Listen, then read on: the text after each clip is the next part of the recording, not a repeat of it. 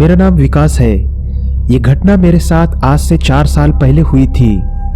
मैं महाराष्ट्र के एक छोटे से गांव में रहता हूँ और खेती करता हूँ। मुझे एक बेटा और एक बेटी है। मेरा बेटा अभी 12वीं में पढ़ रहा है और मेरी बेटी को 1 साल पहले ही मुंबई में टीचर की जॉब लगी थी। तो मेरी बेटी मुंबई में मेरे भाई के यहाँ पर रहती थी। हर 2-3 महीने में मैं मेरी बेटी को मिलने के लिए जाता था। एक बार मैं मेरी बेटी को मिलने गया था और फिर मैं उनसे मिलकर मेरे गांव के लिए निकलने वाला था। उस वक्त ठंड का मौसम था। मेरी बेटी ने मेरा ट्रेन का रिजर्वेशन किया था। मेरी ट्रेन शाम को 5 बजे थी। मेरी बेटी और मेरा भाई मुझे ट्रेन स्टेशन तक छोड़ने के लिए आए थे। जल्दी ही ट्रेन आई तो मैं जल्दी से ट्रेन में बैठ गया। ट्रेन के दरवाजे से मैंने मेरी बेटी और भाई को हाथ दिखाया। थोड़ी ही देर में ट्रेन ने अपनी रफ्तार पकड़ ली। उस दिन ट्रेन में मुझे ज्यादा भीड़ नजर नहीं आ रही थी। मैं स्लीपर के डब्बे में सफर कर रहा था। ट्रेन को चलते हुए अब 2 घंटे हुए थे। अब शाम के 7 बजे थे और मुझे भूख भी लगी थी। तो मेरी बेटी ने जो मुझे खाने का डिब्बा दिया था वो डिब्बा खोलकर मैंने जल्दी से खाना खाया और खाना खाने के बाद मैं ट्रेन में थोड़ा सा टहलने लगा। थोड़ा सा टहलने के बाद मैं मेरी सीट पर आकर बैठ गया और एक छोटी सी किताब पढ़ने लगा। किताब पढ़ने में मैं इतना मगन हो गया कि वक्त कब निकल गया मुझे पता ही नहीं चला। अब रात के तकरीबन 10 बज चुके थे। मेरे ट्रेन के डिब्बे में जितने भी लोग थे अब वो भी खाना खाकर सोने की तैयारी करने लगे थे। मैंने भी मेरी सीट पर अच्छे से चादर बिछा ली और मैं भी लेट गया, पर मुझे नींद ही नहीं आ रही थी। अब रात के तकरीबन 11 बज चुके थे। मुझे नींद नहीं आ रही थी। उस वजह से मैं मेरे सीट से उठकर फिर से थोड़ा सा टहलने लगा। अब मुझे ठंड काफी ज्यादा लग रही थी तो मैंने मेरे बैग से मेरा गर्म जैकेट निकालकर पहन लिया। अब हमारे डिब्बे के सारे पैसेंजर भी लगभग सो ही चुके थे। फिर मैं मेरे डिब्बे के दरवाजे के पास जाकर खड़ा हुआ और थोड़ा बाहर की ओर देखने लगा। बाहर पूरी तरह से अंधेरा छाया हुआ था। हमारी ट्रेन भी हॉर्न बजाते हुए काफी तेजी से चल रही थी। तभी मुझे ऐसा लगा कि मेरे पीछे कोई खड़ा है। तो मैंने एकदम से पीछे मुड़कर देखा तो मेरे पीछे एक चाय वाला खड़ा था जो मुझे ही घूरे जा रहा था। उसने एक बनियन और एक हाफ पैंट पहने हुए थी और उसके गले में एक रुमाल बंधा हुआ था। जैसे ही मेरी नजर उस पर गिरी तो वो बोला, साहब चाय लो ना। अब ठंड काफी बढ़ चुकी थी और मुझे उसकी चाय भी काफी गर्मा गर्म दिख रही थी। तो मैंने उससे 1 कप चाय मांगी तो उसने मुझे चाय दी। फिर मैं ट्रेन के दरवाजे के बाहर का नजारा देखकर चाय पीने लगा और वो चाय वाला लड़का मेरे पीछे एक छोटी सी सीट पर बैठकर अपने पैसे गिनने लगा। मेरी चाय खत्म होने के बाद मैंने पीछे मुड़कर देखा तो वो चाय वाला लड़का मुझे नहीं दिख रहा था। तो मैंने सोचा कि ये लड़का अभी तो यहीं पर था, फिर कहाँ चला गया। और मुझे उसके पैसे भी देने थे और वो पैसे लिए बिना ही चला गया। मैंने उस चाय वाले को इधर उधर काफी ढूंढा लेकिन वो चाय वाला मुझे कहीं भी नहीं दिख रहा था।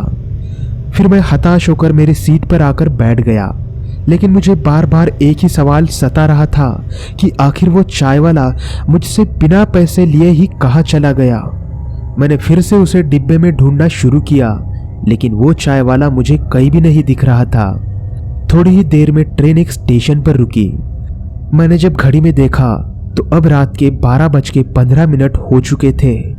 मैं हमारे डिब्बे के दरवाजे के पास आया और जल्दी से स्टेशन पर उतर गया और दूसरे डब्बे की ओर देखने लगा क्योंकि मुझे ऐसा लगा कि वो चाय वाला मुझे दूसरे डब्बे से उतरता हुआ दिखना चाहिए और फिर मैं उसके पैसे दे दूं। लेकिन वो चाय वाला मुझे किसी भी डब्बे से उतरता हुआ दिखाई नहीं दिया। फिर मैंने पूरे स्टेशन पर खड़े खड़े ही एक नज़र डाली लेकिन वो चाय वाला मुझे कहीं भी नहीं दिख रहा था। जिस स्टेशन पर ट्रेन रुकी थी वो स्टेशन मुझे काफ़ी सुनसान लग रहा था। थोड़ी ही देर में ट्रेन निकलने लगी थी तो मैं ट्रेन के अंदर आया और दरवाजे के पास में खड़ा होके उसी स्टेशन को देखने लगा। ट्रेन आगे आगे बढ़ रही थी लेकिन तभी अचानक से एक टेबल पर वो चाय वाला मुझे बैठा हुआ दिखाई दिया। उसे देखकर मुझे काफी खुशी हुई। मैंने उसे इशारे से पैसों की बात कही लेकिन वो चाय वाला मेरी तरफ काफी गुस्से से घूरे जा रहा था। मैंने उसे जब थोड़ा गौर से देखा तो उसके सर से काफी ज्यादा खून बह रहा था। अब ट्रेन उस स्टेशन से दूर जा रही थी, तो वो लड़का भी अब मुझे थोड़ा धुंधला धुंधला नजर आ रहा था, लेकिन वो लड़का अभी भी मुझे ही घूरे जा रहा था। थोड़ी ही देर में उस स्टेशन से ट्रेन काफी दूर आ गई और फिर वो लड़का भी मुझे दिखना बंद हुआ। मैं हमारे डिब्बे के दरवाजे के पास खड़ा होकर उसी स्टेशन को देखने लगा था, लेकिन तभी पीछे से एक हाथ मेरे कंधे पर गिरा। फिर मैंने पीछे मुड़कर देखा तो वो टीसी था। वो मुझे बोला, भाई साहब आप बाहर क्या देख रहे हो और आप अभी तक सोए नहीं हो क्या? तो मैंने उस टीसी को चाय वाले के बारे में बोला तो टीसी मुझे बोला, अरे भाई साहब आप ये क्या बोल रहे हो? ऐसा कैसे हो सकता है? जिस चाय वाले की आप बात कर रहे हो वो चाय वाला अभी पिछला जो स्टेशन गया है ना, उसी स्टेशन पर इसी डिब्बे के दरवाजे से पैर फिसलकर उसकी मौत हो गई थी। टीसी की वो बातें सुनकर उतनी ठंड में भी मुझे काफी ज्यादा पसीना आ रहा था। फिर जल्दी से टीसी भी दूसरे डब्बे में चला गया और मैं भी मेरे सीट पर आकर बैठ गया। यहाँ से जब मैं हमारे डिब्बे के दरवाजे को देख रहा था तो अब वहां देखने से मुझे काफी ज्यादा डर लग रहा था।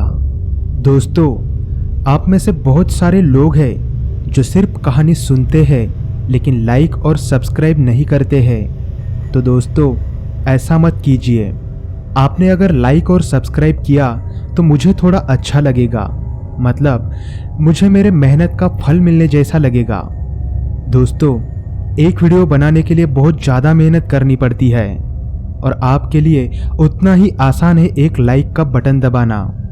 तो दोस्तों, अपना दिल बड़ा करके एक लाइक का बटन दबा दो।